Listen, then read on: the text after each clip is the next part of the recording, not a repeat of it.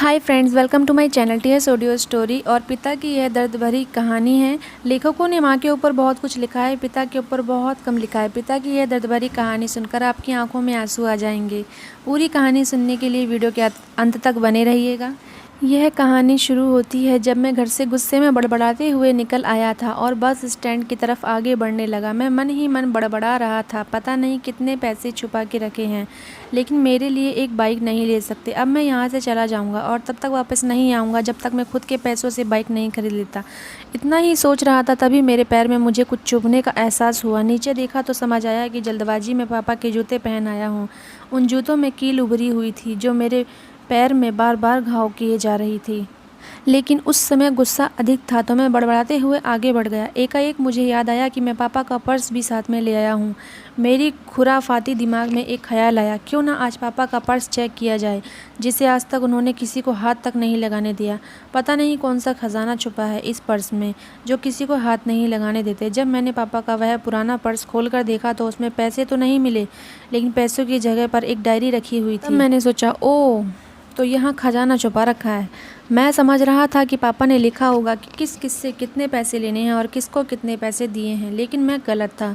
जब मैंने उस छोटी सी डायरी का पहला पेज खोलकर देखा तो वहाँ पर जो लिखा था वह थोड़ा सीरियस कर देने वाला था। डायरी में जो लिखा था उसे पढ़ने के बाद मेरे चेहरे पर जो एक्सप्रेशन थे वह गायब हो चुके थे, क्योंकि डायरी में वैसा कुछ नहीं था जैसा मैं सोच रहा था। वहाँ पर उन पैसों का हिसाब लिखा हुआ था जो अलग अलग कामों के लिए अलग अलग लोगों से उधार लिए गए थे। उस लिस्ट में कंप्यूटर के नाम पर पैसे लिए गए थे। कुछ यूँ लिखा था, 5,000 बेटे के कंप्यूटर के लिए। यह वही कंप्यूटर था जिसे मैं आज तक यूज़ कर रहा हूँ, लेकिन मुझे यह पता नहीं था उस कंप्यूटर को ख़रीदने के लिए पैसे कहाँ से आए थे। लेकिन आज पता चल रहा था। मुझे आज भी याद है जब मैंने पहली बार कैमरे के लिए जिद की थी, जो मेरे पापा ने मुझे 2 हफ्ते बाद मेरे बर्थडे पर लाकर दिया था, जिसे देखकर मैं बहुत खुश हुआ था। और मुझे खुश होकर मुझसे कहीं ज़्यादा अगर कोई खुश था तो वह थे पापा। अब मेरे चेहरे से गुस्सा एकदम गायब हो चुका था।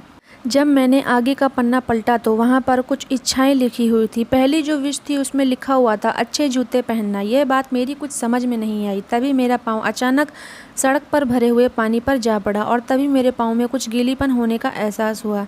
जब मैंने जूता उतार कर देखा तो उसका तला टूटा हुआ था। यह देखकर मुझे डायरी में लिखी बात याद आ गई। तभी मुझे माँ पापा की कही बातें भी याद आ रही थी कि कैसे माँ जब कहा करती थी पापा से, अब तो जूते पुराने हो गए हैं, नए ले लीजिए। तो पापा अक्सर यह कहकर टाल दिया करते थे, जूते अभी और चलेंगे, अभी कुछ दिन पहले ही तो लिए थे। मुझे आज समझ आ रहा था कि कितने दिन और चलेंगे।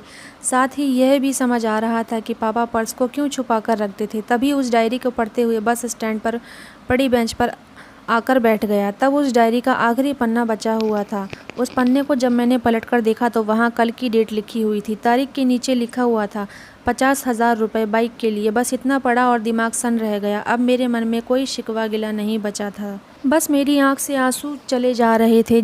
मुझे आज तक नहीं पता तब मैं क्यों रोए जा रहा था। अब मैं जल्दी से घर की तरफ भागा, लेकिन जूतों की वह कील पाँव में अब तक घाव बनाने में कामयाब हो चुकी थी। मैंने जूतों को रास्ते में ही निकाल कर फेंक दिया और भागते लड़खड़ाते हुए घर जा पहुंचा। लेकिन पापा घर पर नहीं थे। मैं समझ गया वह कहाँ थे। मैं सीधा पास वाली बाइक एजेंसी की तरफ भागा। पता नहीं आज कहाँ से इतनी ताकत आ गई थी कि मैं भागते हुए थक नहीं रहा था, और वह भी बिना जूतों के, नंगे पैर। जैसे तैसे बाइक एजेंसी पर पहुंचा। पापा वहीं थे। मैंने पापा को दौड़कर गले लगा लिया और मेरी आंख से आंसू रुकने का नाम ही नहीं ले रहे थे। पापा कुछ समझ नहीं पा रहे थे, आखिर क्या हो रहा है, मैं क्यों रो रहा हूँ। मैंने पापा से कहा, पापा मुझे मोटरसाइकिल नहीं चाहिए, आप अपने लिए जूते ले लीजिए। अब आज से मैं जो भी करूँगा अपनी मेहनत से अपने बलबूते पर करूँगा। दोस्तों, इतनी सी ये कहानी थी।